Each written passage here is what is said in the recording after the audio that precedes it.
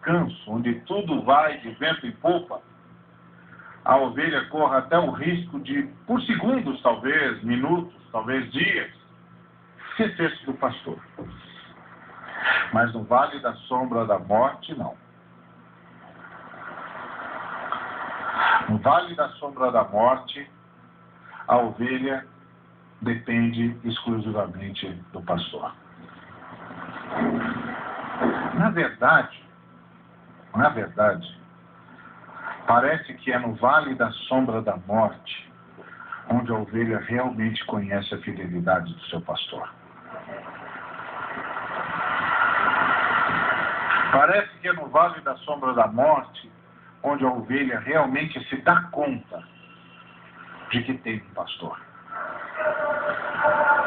Porque ela se dá conta dos riscos que correu e não foi derrotada. Se dá conta da angústia e não foi derrotada. Se dá conta da sua fragilidade e percebe que deve ter alguém me protegendo, porque eu estou numa situação tão frágil que qualquer um poderia me derrotar. Parece que é no vale da sombra da morte que a ovelha realmente sabe, de fato, que tem um pastor. É interessante esse texto. Esse texto diz exatamente isso. Este pastor tira do meu coração todo o medo, independente do lugar onde eu esteja. Na verdade, o que esse texto nos comunica é que a minha segurança é o pastor. É o pastor. Por isso há uma tradução que preferiu traduzir o primeiro versículo da seguinte forma: o Senhor é o meu pastor e eu não preciso de mais nada. E é verdade. Porque é isso que o texto sugere. É isso que essa ovelha compartilha conosco. Essa ovelha do mesmo aprisco que nós somos, que está sob o mesmo pastor ao qual estamos. Ela compartilha conosco isso. O segredo é o pastor. Não é o lugar, é o pastor. Porque o pastor tira do meu coração todo o medo. E quando o pastor tira do meu coração todo o medo, eu estou pronto para passar por qualquer caminho. Por isso que o Paulo disse: tudo posso naquele que me fortalece. Foi isso que ele quis dizer. Algumas pessoas ouvem o Paulo dizendo isso: tudo posso naquele que me fortalece, e pensam: o Paulo está dizendo que não tem problema, eu vou vencer tudo, é isso aí, pode vir quente que eu estou fervendo. Eu e Deus somos a maioria. Mas não é isso que o Paulo está dizendo. Paulo está dizendo: não importa por onde eu passe. Não importa se eu estou numa situação de plena fartura ou se eu estou numa situação de escassez. Eu posso passar por qualquer situação, porque a minha força não vem do ambiente que me cerca, vem daquele a quem eu estou seguindo, aquele que anda comigo, que me conduz, que me defende e que garante que eu não vou resvalar os pés, e que se resvalar, ele não vai me deixar cair. Porque ele é o meu pastor e eu não preciso de mais nada. Essa é a ideia desse texto, uma ideia tremenda. Uma ideia tremenda. É claro que a forma humana de ver a história, de vermos a nós mesmos, está sempre perguntando, mas será que precisava mesmo? Não dava para fazer de uma maneira mais tranquila e mais fácil? Esse é o grande mistério de Deus. Há um sem número de coisas com relação à forma como Deus administra o universo que nós não temos a menor ideia. Há um texto em Isaías, por exemplo, em que o Senhor diz a Israel que para salvar Israel teve de entregar o Egito e a Babilônia. Nenhum teólogo sabe o que é isso.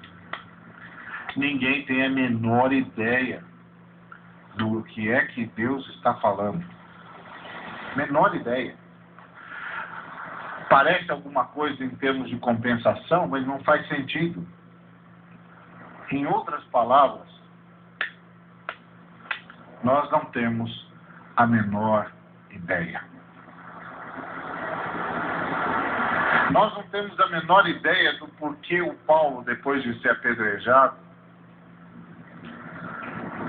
em Listra, e depois vai para Derbe, e depois volta de novo e diz aos irmãos, olha, é por meio de muita tribulação que importa que sejamos salvos.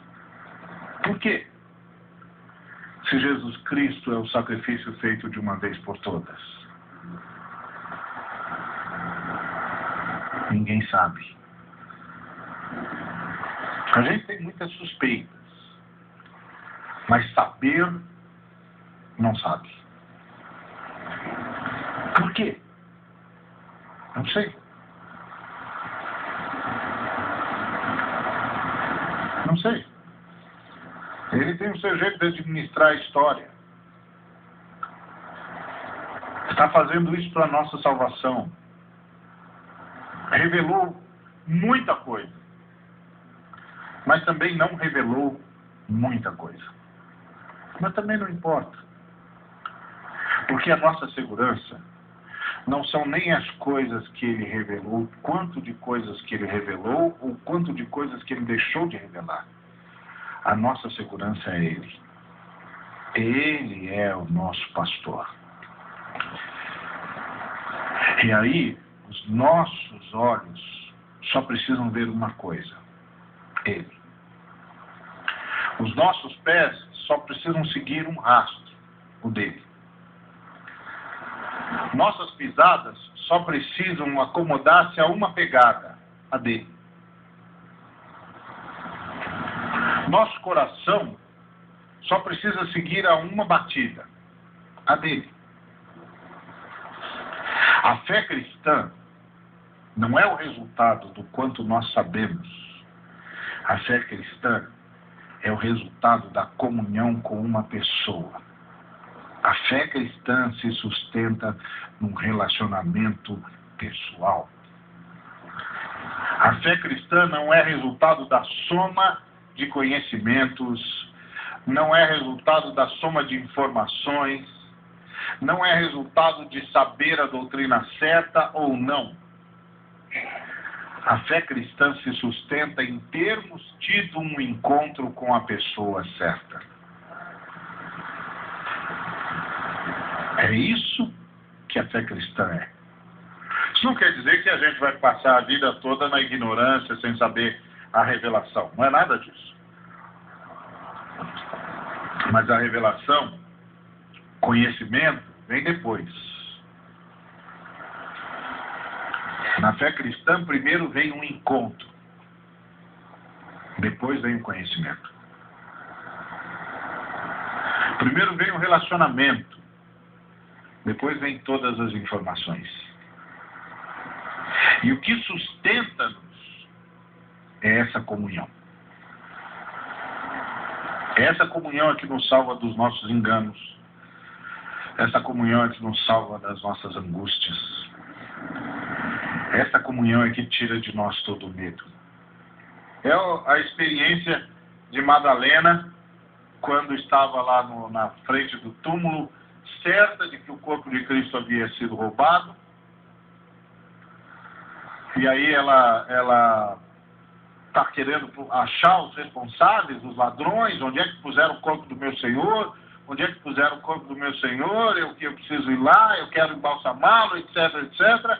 Aí Jesus lhe aparece e ela pensa que é o jardineiro e dá uma bronca no jardineiro, no suposto jardineiro, volta-se novamente para olhar o túmulo, está angustiada, desesperada, quando o suposto jardineiro a chama pelo nome, Maria, e ela reconhece que é Jesus. E ela reconhece que é Jesus, não porque ele a chamou de Maria, porque Maria era o nome dela. Se ele tivesse chamado de um apelido particular, seria mais fácil. Ele chamou de Maria, e Maria é o nome dela. A lógica era ela virar-se para o jardineiro e perguntar: de onde que o senhor me conhece? Como é que o senhor sabe o meu nome? Mas ela reconheceu que era Jesus. E ela reconheceu que era Jesus, não pelo nome que Jesus falou, mas pela forma como ele falou. Ninguém a chamava como Jesus. Quando Jesus a chamava, o seu nome parecia ter mais significado do que de todas as outras vezes.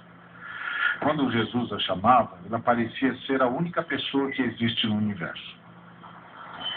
De tanta importância que Jesus colocava naquele nome. De tanta importância que Jesus colocava naquele chamado. Foi isso que salvou Maria da sua angústia. A comunhão com o seu pastor. Pedro, a mesma coisa. Quando o anjo diz aos seus discípulos: e a Pedro, que ele vai adiante de vós para Galileia. Essa é a ideia que está presente aqui. O segredo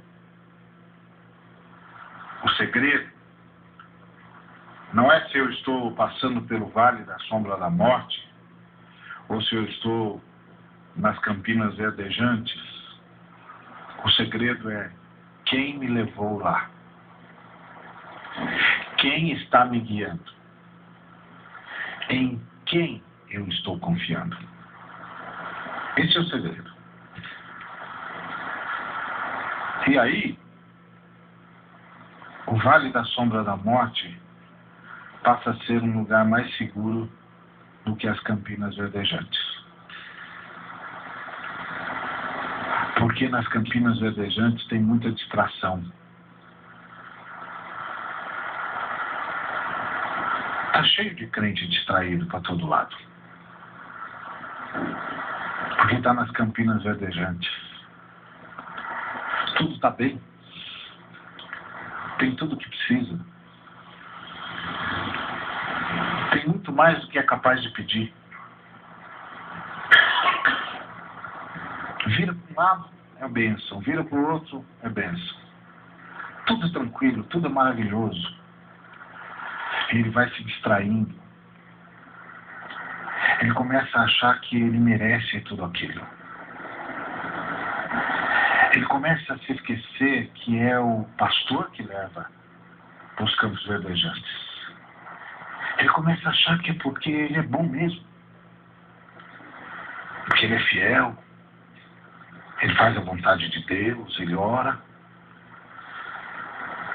Ele começa a achar que são méritos. De tanto nadar sob a proteção da graça, ele começa a achar que é peixe. É verdade. O vale da sombra da morte, não. No vale da sombra da morte não há distração. O vale da sombra da morte exige atenção o tempo todo. Presteza o tempo todo. E atenção no pastor. Atenção no pastor. Porque a única segurança que o sujeito tem no vale da sombra da morte é que o seu pastor é por ele. O seu pastor vai defendê-lo dos malfeitores. O seu pastor vai defendê-lo do lobo.